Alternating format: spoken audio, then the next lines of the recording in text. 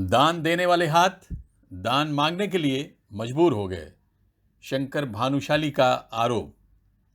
देश की आर्थिक राजधानी कहलाने वाली मुंबई में आर्थिक गतिविधियां यहां चल रहे लॉकडाउन की वजह से लगभग ठप पड़ गई हैं।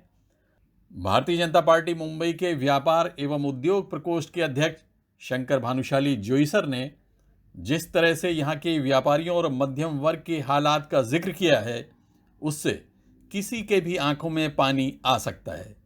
उन्होंने कहा कि यहाँ का व्यापारी वर्ग इस समय बहुत ही परेशान है। वो हाथ जो ज़रूरतमंदों की मदद के लिए हमेशा आगे बढ़ते थे, वो अब मांगने की हालत में आ गए हैं। ये कहानी है मुंबई के मध्यम वर्ग की, जो अपनी गैरत की वजह से किसी के सामने हाथ भी नहीं फैला सकते। कि ये पिछले करीब 1.5 साल में इतने पीड़ित हैं जो मिडिल क्लास जो हैं, जिनकी कोई सीमा नहीं है, जिनकी कोई लिमिट नहीं है, इतनी पीड़ा वो भुगत रहे हैं कि उनके काम धंधा वो सब जो कम होते गया, चला गया, इनकम थी वो बंद हो गई, जो खर्चे थे वो कंटिन्यू रहे।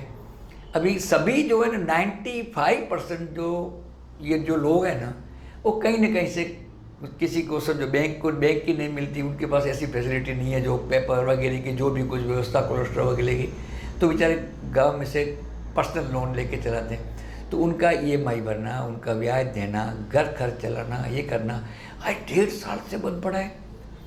1.5 साल से बंद पड़ा है। बीच में जब अपना शुरुआत में तो भी केंद्र सरकार ने तरह तरह की जो मदद की, जैसे वो लोन स्ट्रक्चरिंग का, वो मोरेटोरियम का, इनका जो भी किसी को जो जितना लोगों को हो सका इतना फ़ायदा पहुंचा, लोगों को अनाज, जो ऐसे जो लोग थे उनको किया, बांटा। लेकिन ये जो मिडिल क्लास जो लोग थे वो बेचारे, वो तो हमेशा ये देने वाले लोग हैं, जो उनके शक्ति में आता हो, वो हमेशा देने वाले लोग हैं। वो कभी ऐसा नहीं कर सकते, वो कभी मांग नहीं सकते किसी से। तो उनकी इतनी बुरी हालत थी, इतनी बुरी हालत में कि उनके काम धंधे बंद हो गए। किसी के लोगों की जो नौकरी थी तो नौकरी चली गई।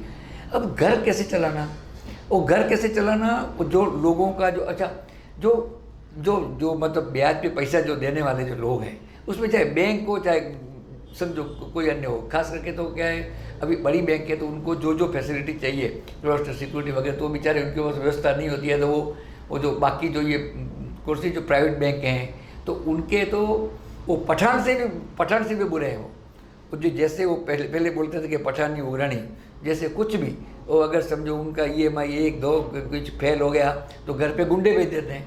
जो भी कुछ करना है तो ऐसे मुश्किलों का सामना करना जो पड़ा है उनको, कि उनकी जो हालत देखकर एकदम इतनी पीड़ा होती है कि जिनको कहने का कोई प्रमाण ही नहीं है।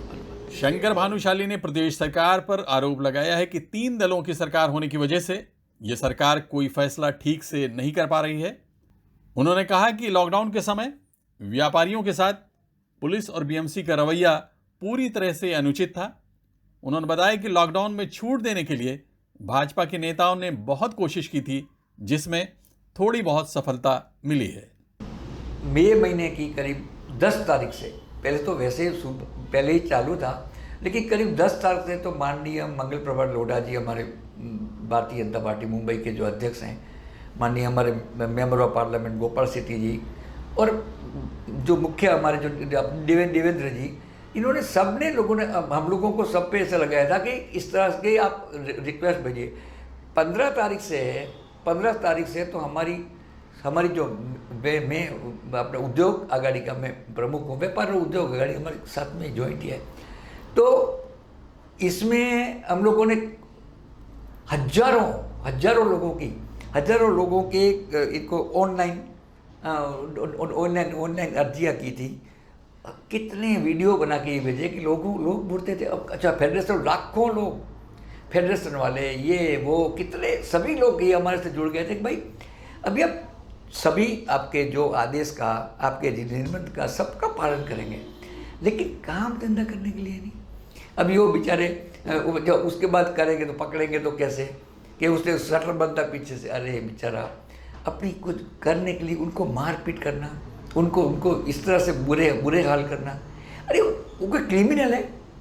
इतने बेचारे भले लोग हैं कि वो कभी किसी का बुरा ही नहीं चाहते। अभी कोई एकाधा हो, एक बात है, देखिए ऐसा है कि भाई 100 में से कोई 1-2 बदमाश होते हैं तो समझो पूरे पूरे के पूरे लोग बदमाश नहीं हो जाते।